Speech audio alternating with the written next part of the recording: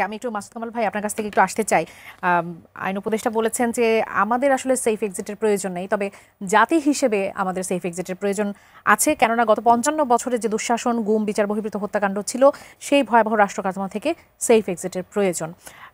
আপনি এটাকে আসলে কিভাবে দেখছেন ওনার এই বক্তব্যকে? ওনার দুটো কথা। একটা হলো যে ওনাদের সেফ এক্সিটের প্রয়োজন নেই, তার মানে উনি পুরো উপদেষ্টা মণ্ডলীর দায়িত্ব কিন্তু উনি নিয়ে নিচ্ছেন। উনি যদি বলতেন ওনার কথা, তাহলে সেটা এক ধরনের কথা ছিল। মানে পুরো উপদেষ্টা মণ্ডলীর দায়িত্ব নিচ্ছেন এইভাবে যে কারো সেফ এক্সিটের প্রয়োজন নেই। কিন্তু সেফ এক্সিটের যে কথাটা উচ্চারিত হয়েছিল নাহিদ ইসলামের কাছ থেকে প্রথম, তারপরে তারও আগে আপনার ডক্টর দেবপ্রিয় ভট্টাচার্য একবার কিন্তু একটা এই কথাটা বলেছিলেন। তারপর নাহিদ ইসলাম বললেন, তারপর সার্জিস আলম বললেন। তারা যে প্রসঙ্গে বলেছেন, আসিফ নজরুল সাহেব এই কথাটা বলার মাধ্যমে তাদের সমস্ত অভিযোগগুলিকে উনি কিন্তু অস্বীকার করলেন। উনি সকলের দায়িত্ব কিভাবে নিলেন এটা আমি বুঝতে পারছি না। এবং উনি কি সকলের ব্যাপারে গ্যারান্টি দিতে পারবেন? আমার মনে হয় উনি একটু মানে এটা অতি সরলকিত একটা মন্তব্য করেছেন, যেটা নাকি ওনার মতো লোকের কাছ থেকে আমি আশাই করি নাই। ওনার কথা আমি আপনি কি ভাই তাহলে মনে করছেন যে আসলে উপদেষ্টাদের এমন কিছু কর্মকাণ্ড আছে যার জন্য উনি কি করে বুঝলেন ভবিষ্যতে সমস্যায় পড়তে হতে পারে? দেখেন উনি কি করে বুঝলেন যে সবাই খুব সৎ আছেন? উনি কি করে, উনি ওনারটা বুঝতে পারেন, উনি আর কাউটা বুঝতে পারেন না। আপনি আমারটা জানেন না তো, আপনি আমার দায়িত্ব কি করে নেন? তো এগুলি তো হলো গিয়ে মানে অতি সরলীকৃত একটা মানে মন্তব্য করে বসছেন। পরিবর্তন কি আমরা দেখি নাই এই লোকগুলির মধ্যে? এই লোকগুলি কর্মকাণ্ড শোনেন। সেফ এক্সিট কি? আপনি টাকা মারলেন, এটি আপনার অপরাধ, তা কিন্তু না। ওই যে পরের যে কথাটা উনি বললেন, ওই কথাটা বলি যে পুরো জাতির জন্য একটা সেফ এক্সিট দরকার। ওকে ফাইন, এই পুরো জাতির জন্য সেফ এক্সিটের তৈরি করার দায়িত্বটা কাকে দেওয়া হয়েছিল? ওনাদেরকে দেওয়া হয়েছিল। ওনারা গত ১ বছর কি করছেন? এই প্রশ্ন তো উঠবে। গত ১ বছরে যে ভরসা করে আপনাদেরকে আমরা দায়িত্ব দিয়েছিলাম, সেই দায়িত্বের কতটুকু আপনারা পালন করতে পেরেছেন? কতটুকু বলেন? যদি না পারেন, আপনাদেরকে তো আমরা প্রশ্নের মুখে আনবো। এবং সেই প্রশ্ন থেকে আপনি কীভাবে বাঁচবেন এটাকে একবার চিন্তা করছেন? জাতির সেফ এক্সিট এই মুহূর্তে নির্ভর করছে এই উপদেষ্টাদের উপর। কারণ এই উপদেষ্টাদের আমরা ক্ষমতায় বসিয়েছি জাতিকে একটা সেফ এক্সিট দেখানোর জন্য। পারছে তারা?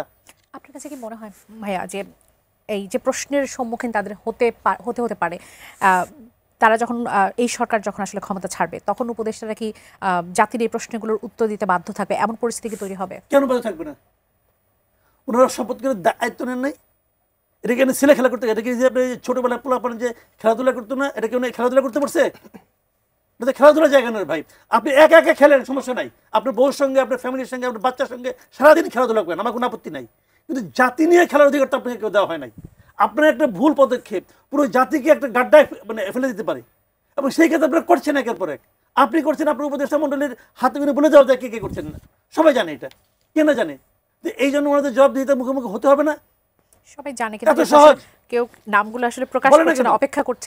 এটা আবার আরেকটা কথা বলি আপনাকে। এখানে আবার আমার একটা বক্তব্য আছে। যেমন কয়েকদিন আগে আমি দেখলাম, এই কিছুদিন আগে এক সচিব, সাবেক এক সচিব, সে ঢাকা অফিসার্স ক্লাবের একজন বড় কর্মকর্তা, একসময় খালেদা জিয়ার নাকি পিএসটিএস ছিলেন, পাওয়ারফুল লোক। উনি বললেন যে ৮ জন উপদেষ্টার দুর্নীতির তদন্ত রিপোর্ট, গোয়েন্দা রিপোর্ট ওনার কাছে আছে। বলছে, বলে নিয়ে পরে চুপ হয়ে গেছে। চুপ হয়ে গেল কেন? কেউ বলছে না কেন? এটাই তো প্রশ্ন। বলছে না এই কারণে। আমি দুটা জিনিস দেখি। একটা জিনিস হলো ধমক খাইছে অথবা মাল খাইছে, কথা পরিষ্কার। উনি ওটা বলে নিয়ে ব্ল্যাকমেল করার চেষ্টা করছে, ওরা টাকা দিচ্ছে, চুপ হয়ে গেছে। আমি এই সন্দেহটা করি, কারণ ধমক খাওয়ালো তো সে না, কারণ সে তো বিএনপির সঙ্গে মানে কঠিনভাবে জড়িত।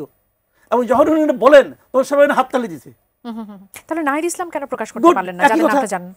একই কথা, নাম বলে না কেন? ওনার সঙ্গে তাদের একটা পার্সোনাল রিলেশন হয়তো বা ছিল।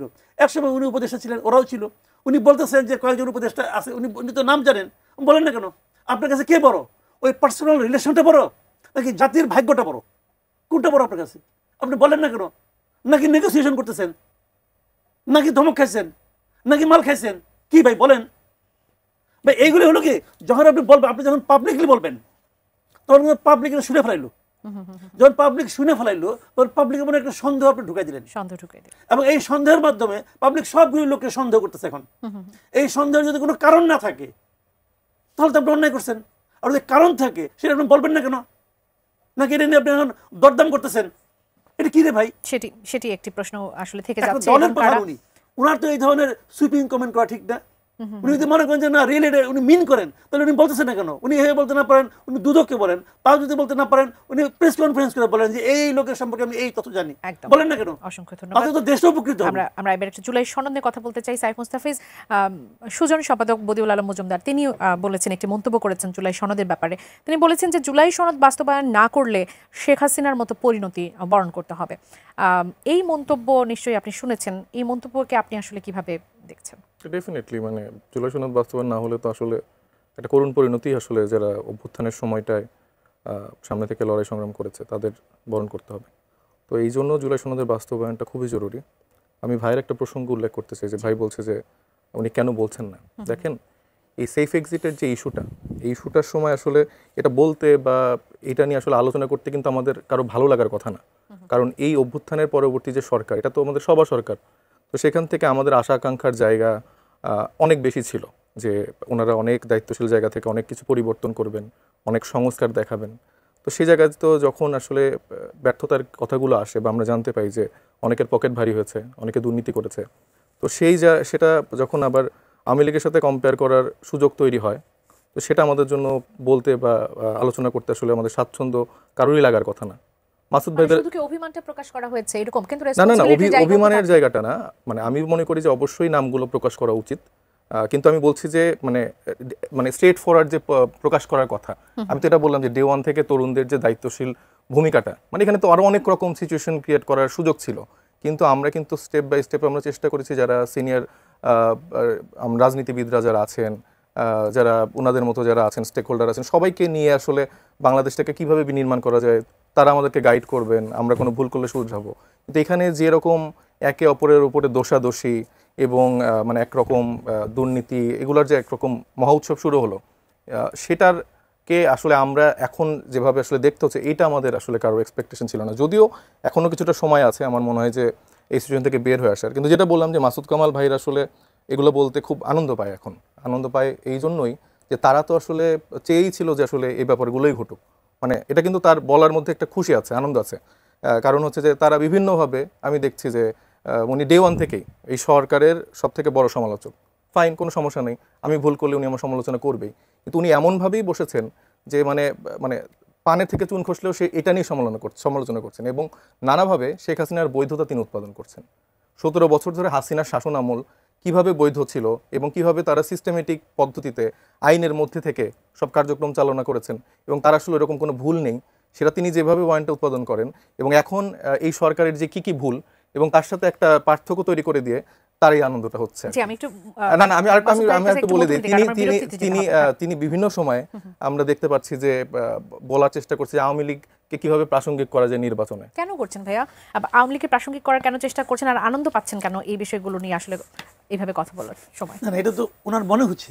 হ্যাঁ, ওনার প্রশ্ন উত্তরই দিতে চাইবেন কিনা এটা তো ওনার মনে হচ্ছে, মানে আমি পাচ্ছি কিনা এটা তো আমি মনে করি না। শুনেন আমি বলি, এই পুরো এনসিপিতে যত লোক আছে, আমি আঙুল দিয়ে বলে দিলাম, এই এনসিপিতে যত লোক আছে এই সবাই নেতা থেকে শুরু করে কর্মী পর্যন্ত গত 15 বছরে লেখায় কথায় বলায় হাসিনার বিরুদ্ধে যা বলছে সব যোগ করলে আমি যা বলছি তার অর্ধেক হবে না। ঠিক আছে, কথা বলি, আমি এটা চ্যালেঞ্জ দিলাম, আপনি আসেন। ঠিক আছে, আমি একটু বলতে আমার তার অর্ধেক হবে না। মাসুদ কামাল আমি কি ভাই, তখন লিস্টেই নেই? আচ্ছা আমি বলি নাই, আপনি যে বলতেছেন যে হাসিনাকে প্রাসঙ্গিক করার মাধ্যমে, আমি এ পর্যন্ত আমি আপনাকে চ্যালেঞ্জ দিয়ে বলতেছি, গত 5 আগস্টের পর থেকে হাসিনার পক্ষে আমি একটা শব্দ উচ্চারণ করছি, একটা শব্দ। আপনি গতকালকেই আপনার নিজের যে ইউটিউব চ্যানেল সেখানে আপনি বলেছেন মানবাধিকার সংস্থার উল্লেখ করে আপনি প্রসঙ্গ উল্লেখ করেছেন যে একটি নির্বাচন হতে যাচ্ছে, সেখানে আওয়ামী লীগ থাকবে কিনা এটা শিওর না, আওয়ামী লীগ ছাড়া আসলে এটা আসলে অংশগ্রহণমূলক নির্বাচন হবে কিনা সেটা আসলে সংশয়ের জায়গা আছে। এবং আপনি আরো বলেছেন আপনি আওয়ামী লীগের কথা বলেছেন, তো কি হইছে? আপনি তাহলে আওয়ামী লীগকে কি আপনি বৈধ করছেন? আমি কি বলছি শুনেন, কথাটা খেয়াল করেন আমি কি বলছি। এবং আপনি বলেছেন যে ইউনূস সরকার ঠিক হাসিনা সরকারের মতোই কার্যক্রম অবশ্যই করতেছে। তার মানে আপনি বলতে চাচ্ছেন যে আওয়ামী সরকার হাসিনার মতোই করতেছে। আওয়ামী লীগ যে রাজনৈতিক দল হিসেবে একটা মানে সন্ত্রাসী সংগঠন, এটাকে আপনি বৈধতা দিতে চাচ্ছেন না।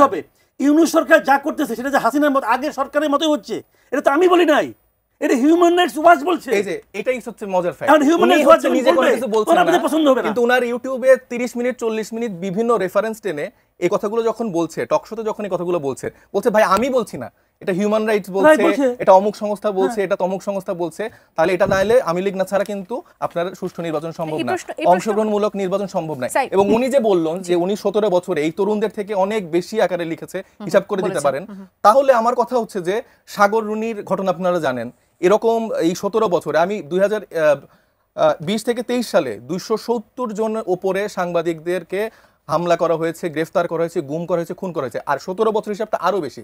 তাহলে মাসুদ কামালরা যদি এত বেশি মানে সরকারের সমালোচনা করে, সরকারকে আটকে ধরে, তাদেরকে কেন সরকার এত এত গুম খুন মানুষ হয়ে যায়, এত মানুষকে তুলে ফেলে বিরোধী মত প্রকাশের জন্য? মাসুদ কামালরা এখনো ঠিকঠাক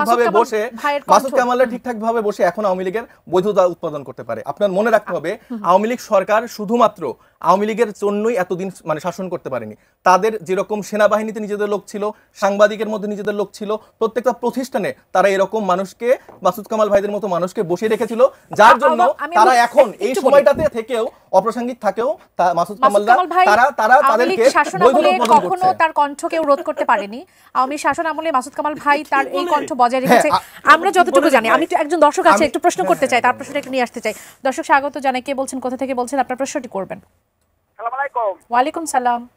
আমি পিন্টু দুয়ারি পটুয়াখালী থেকে বলছি। বলবেন, আপনার প্রশ্নটি করবেন। আমার প্রশ্নটা হচ্ছে, নেপালের অন্তর্বর্তীকালীন সরকারের প্রধান সুশীলা কার্কি তিনি বলেছেন যে আমি কোনো আইন কানুনের উপর হাত দেবো না, ঠিক আছে, আমি একটা নির্বাচন দিয়ে চলে যাব মার্চ এপ্রিলে। কিন্তু তার বিপরীতে আমাদের দেশের অন্তর্বর্তীকালীন সরকার যে এতগুলো সংস্কার কমিটি করেছে, ঠিক আছে, তো এই সংস্কার আদৌ সম্ভব কিনা, ওটা হচ্ছে আমার প্রথম প্রশ্ন। আপনার প্রশ্নটি পেয়েছি। আমি একটু মাসুদ কামাল ভাই আপনার কাছ থেকে এটা নিতে চাবো। এই প্রশ্নটি আসলে আমারও ছিল যে সংস্কারের বিষয়টি আসলে কোথায় গিয়ে দাঁড়াবে, এটা আমি সাইফ মুস্তাফিজ আপনার কাছ থেকে একটু শুনবো। তিনি প্রশ্ন করছিলেন, প্রশ্নটি নিশ্চয়ই শুনেছেন যে নেপালের প্রধানমন্ত্রী এসে তিনি 3 মাসের মধ্যে তিনি ডিক্লেয়ার করলেন যে তিনি আসলে আইন কানুনের কোনো কিছু সংস্কারে হাত দেবেন না, এটা তার এখতিয়ারে নেই, তিনি নির্বাচনের কথা বলেছেন। তাহলে সেক্ষেত্রে উল্টো দেখা যাচ্ছে যে আমাদের দেশের সংস্কারটা আসলে ঝুলে গেছে, এখন পর্যন্ত সংস্কার নিয়ে আমরা জানি না যে আসলে কি সংস্কারটা আসলে হতে যাচ্ছে বা কি। আপনি এটাকে কিভাবে দেখছেন? এরা সংস্কার করতে যাচ্ছে, এই সংস্কারটা এখন ঝুলে গেছে এই কারণে যে এই সংস্কারের শুরুটাই ঠিক ছিল না, এবং শুরুর থেকে আমি বলছিলাম কেন ঠিক ছিল না, এবং শুরু থেকে বলেই তো খারাপ হয়ে গেলাম। ভাই আমি শুরু থেকে বলতেছি এটা ঠিক হবে না। দেখেন এখন কি হয়েছে, আমি একটা এক্সাম্পল তো বলেছিলাম আপনি, দেখেন এখন কি হচ্ছে, এটা কীভাবে বাস্তবায়ন করবে এটা নিয়ে আলোচনা হচ্ছে। প্রথমে আবদার উঠলো যে এটাকে সংবিধানের উপরে জায়গা দিতে হবে, তারপরে আরেকটা আবদার আসলো যে এটা নিয়ে কোনো আদালতে যাওয়া যাবে না। আমি তো একটা কথা সবসময় বলি যে nothing can go unchallenged, nothing, nothing মানে নাথিং, কোনো কিছুকে আপনি আনচ্যালেঞ্জ ছাড়তে পারবেন না। আদালতে উঠানো যাবে না কেন? আদালতে সব কিছু উঠানো যাবে।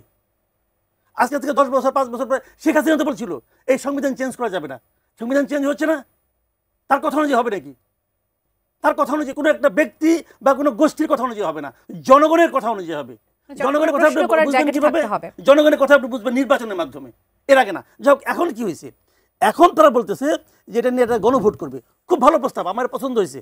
আমার এনসিপির যে একটা প্রস্তাব ছিল আগে একই দিনে আপনার গণপরিষদ ইলেকশন, ওইটাও আমার পছন্দের ছিল, আমি যে বহুবার বলছি আমার এটা পছন্দ ছিল। এখন তারা গণভোট করতেছে, গণভোটের ঝামেলাটা দেখেন আপনি, আমি বলি আপনাকে তাহলে বুঝবেন। এই গণভোটটা কিন্তু প্রথম বিএনপি রাজি ছিল না, তাহলে বিএনপি মনে হয় অনুরোধে ঢেকে গেল, ঠিক আছে আমি গণভোট করবো। কোন দিন করবেন? নির্বাচনের দিন করবেন। আরেকজন বলছে নির্বাচনের আগে হবে। গণভোটটা প্র্যাকটিক্যাল না, এটা আমি বলছি আপনাকে কেন প্র্যাকটিক্যাল না। নির্বাচন যদি হয় এই দেশের মানুষ একই দিনে 2টা ব্যালটে ভোট দিবে, এই ইলেকশন কমিশন একই দিনে 2টাই নির্বাচন নিয়ে রেজাল্ট বের করবে, এটা জটিল হয়ে যাবে। তারপরে যদি যারা পারে করুক, আমার কোনো আপত্তি নাই। মৌলিক প্রবলেমটা কোথায়? মৌলিক প্রবলেমটা এটা নিয়ে খুব ভাবতেই আসে না যে এইটা তো একটা ফাঁদ, জাস্ট একটা ফাঁদ। ফাঁদটা কীভাবে? যদি গণভোটে না জয়যুক্ত হয়, হতেই পারে, হতে পারে কেন সেটা আমি বলি। হতে পারে এই কারণে বিএনপি কিন্তু এই গণভোটে আগ্রহী না, তারা চাপের মুখে পড়ে যেন তাদের উপরে ব্লেমটা না আসে, যে ওরা চায় না। এই ব্লেম থেকে বাঁচার জন্য তারা গণভোটে তারা রাজি হয়েছে। কিন্তু এখন যদি বিএনপির থেকে কিছু লোক ভোট দেয় না, ভোট যদি আবার আওয়ামী লীগের কিছু ভোট আছে বাজারে, তাদের প্রার্থীরা কিন্তু ভোট তো আছে, তারা এসে যদি এখানে না ভোট দেয়, তখন কি হবে? তখন এই যে এতদিন ধরে যে কাজটা করছে পুরো কাজটাই কিন্তু বাতিল হয়ে যাবে। কারণ গণভোটটা হচ্ছে টোটাল একটা প্যাকেজের মধ্যে, এই প্যাকেজটা বাস্তবায়ন হবে কি হবে না, কেউ ভাবছে এগুলি নিয়ে? আমি যদি বলি আওয়ামী ন্যারেটিভ নিয়ে আসছি। জনাব সাইফ মুস্তাফিজ, আপনার একজন দর্শক প্রশ্ন করছিলেন, তার ব্যাপারে আপনি আসলে মন্তব্য করতে চাইবেন কিনা? আমাদের দেশের সংস্কার যেটি এই সরকারের মূল এজেন্ডা ছিল, সেটি এখন আসলে কোথায় দাঁড়িয়ে, সেটি নিয়ে তিনি জানতে চেয়েছেন। সেটি নিয়ে একটু ছোট করে জানি, এরপর আমি মূল প্রশ্নে আসছি। সেটির তো আসলে ওরকম রূপরেখা আমরা এখনো দেখতে পাচ্ছি না। আমরা চাই যে জুলাই সনদটা সম্ভবত আরও 2 দিন পেছানো হয়েছে স্বাক্ষরের দিন, তো সংস্কারের জুলাই সনদের রূপরেখাটা তারা আসলে এমনভাবেই দিক যেন সর্বজন গৃহীত জায়গাটা থাকে এবং আসলেই বাস্তবিক অর্থে সংস্কারটা যেন। আমি প্রতীক নিয়ে একটু জানতে চাই আপনাদের কাছে। বিএনপি মহাসচিব মির্জা ফখরুল ইসলাম আলমগীর তিনি অভিযোগ করেছেন যে আপনারা এই প্রতীক নিয়ে হুমকি ধামকি দিচ্ছেন নানা ধরনের।